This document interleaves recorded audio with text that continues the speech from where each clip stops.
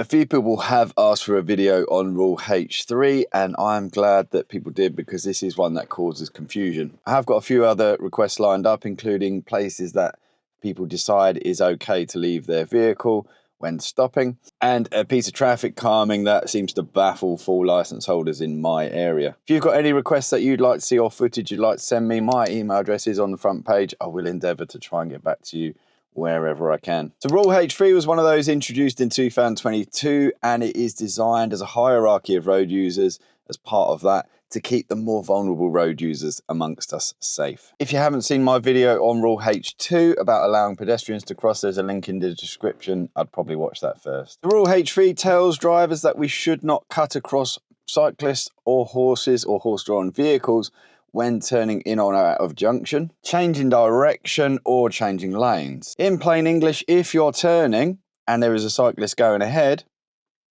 wait. How often does this really happen? Here's the thing, I drive well in excess of 50,000 miles per year. I'm on the roads all day, Monday to Friday, and I've had to do this twice.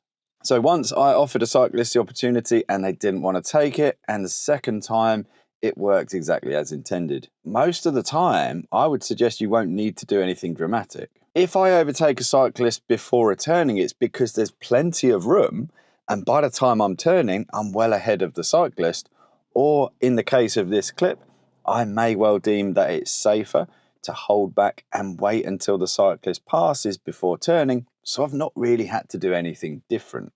If you drive in a cycle heavy city, so the nearest to me is Cambridge, you'd probably find that you are going to be doing this a bit more often. The speed limit for much of that is 20 miles an hour. And so more cycle heavy, slower speed limit, more interactions. You may well find examples like I did recently driving in Cambridge of this road layout, where to turn left at the lights you do have to cut across a cycle lane, and therefore you may find yourself waiting whilst cyclists, scooters, etc. go past you. Now this is the clearest example I've had on a driving lesson, and we're waiting to turn left at traffic lights. We move forward very slowly. The cyclists continue and they also turn left. Would it have changed what my actions would have been if the cyclist was going straight on? No, exactly the same. My learner handled this perfectly. We controlled the person behind and the traffic behind by moving forward very slowly, and we stayed calm. It adds seconds, and that's the big takeaway. This is also rule 140 because we are turning across a cycle lane. So as you can see, my learner follows the advice in rule 140 and H3. Now let's rewind and look again closely. We spot the cycle lane early, and as a result, we spot the cyclists early. Now watch the person behind. This sort of inattention at junctions is incredibly common. People stop and think, oh great, it's time to check my phone, my makeup, or have a general daydream like this guy. In situations like this, your center mirror is almost pointless. You need to be using your side mirrors. If you're not using them when you're in traffic, it's how little incidents like this that could be much worse happen. From what I can see, the driver behind doesn't even become aware of the cyclists until around this point here, and then looks confused as to why we're not trying to mow down the cyclists and just chuck it into the junction. But what about the car behind me? And that is most people's worry. You might get a little blast of the horn, some gesturing, someone clearly annoyed. And here's what I focus on.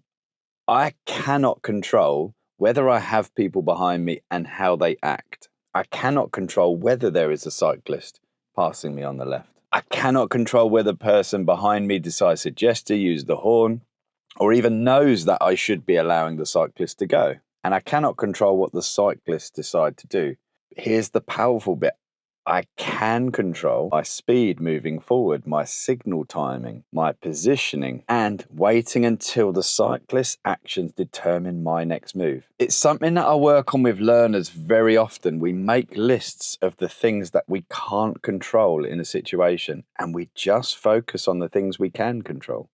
It's really powerful. Why does this matter? Like rule H2, if you are aware of rule H3, you will see the cyclists earlier. You're primed to look for them, and you will be able to guarantee that they will make it to their destination safely. If you're like the average road user, then actually you're probably not actively primed to be looking and noticing for this type of road user. I've had people ask me about this a lot of times. Even my mechanic, one of his clients, hit a cyclist whilst turning left. Thankfully, no injury, but that could be very, very bad for you. Slow moving traffic is when the rule matters most. Use your side mirrors. And certainly for the people that will say things like, it's only advice in the highway code.